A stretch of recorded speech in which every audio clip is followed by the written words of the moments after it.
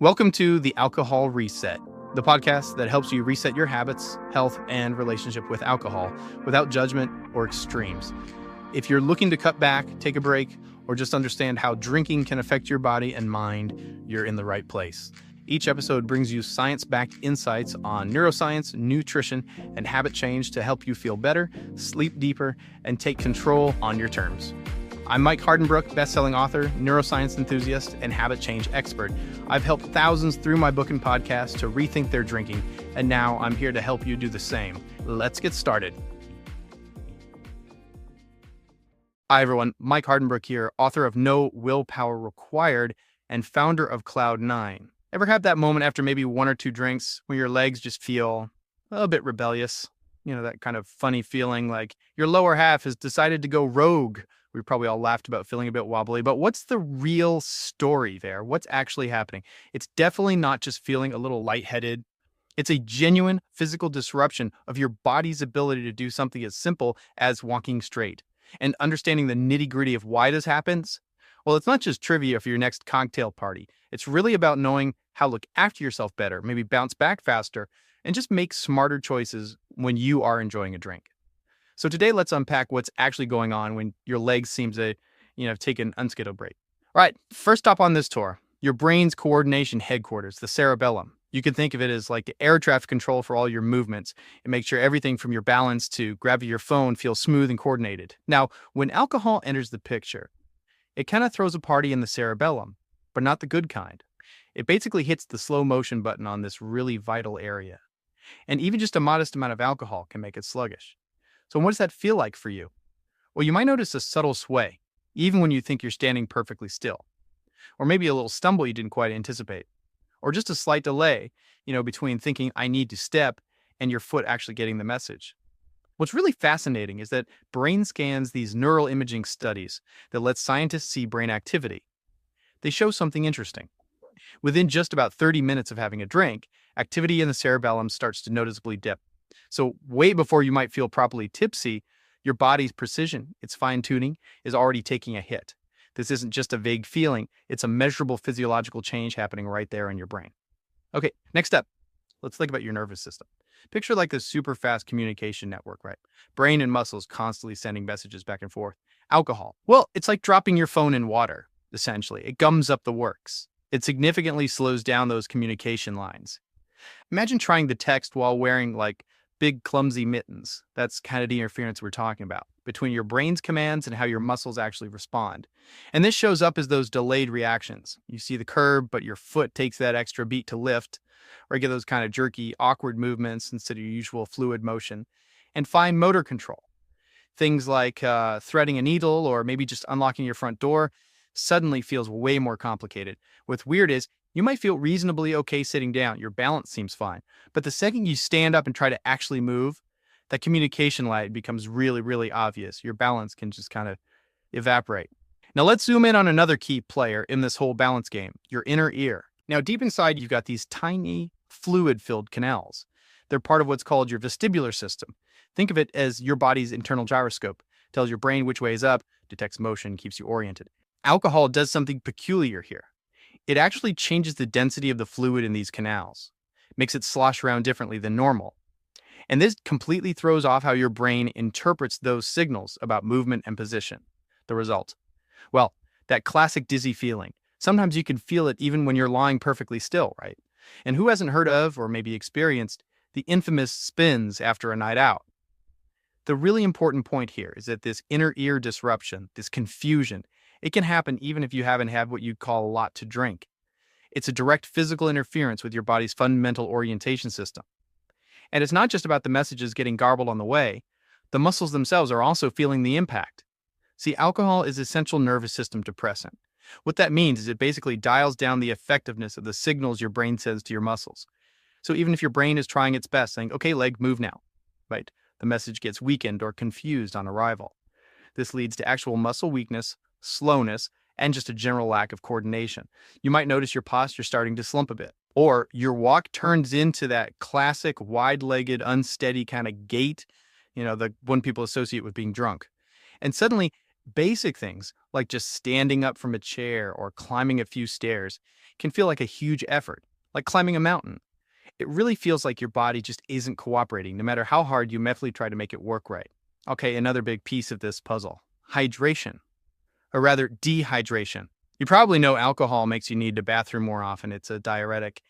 But what's maybe less obvious is the knock-on effect this has on your body's electrolyte balance. You're not just losing water when you pee more, you're also flushing out crucial minerals. Things like sodium, potassium, magnesium, all absolutely vital for your muscles to work properly, if your nerves to send signals correctly. When these get depleted, well, that can lead directly to those shaky legs you might feel, or a weaker grip, that general feeling of being unstable on your feet, and just an overall sense of fatigue, even if you haven't done much physically. This dehydration and electrolyte imbalance, it's a major reason for that unpleasant physical shakiness many people feel the morning after. Now, let's shift gears slightly and talk about the brain's decision-making center, the prefrontal cortex. Think of this as your brain's brakes, its internal safety supervisor. Alcohol really throws a wrench in its ability to function properly.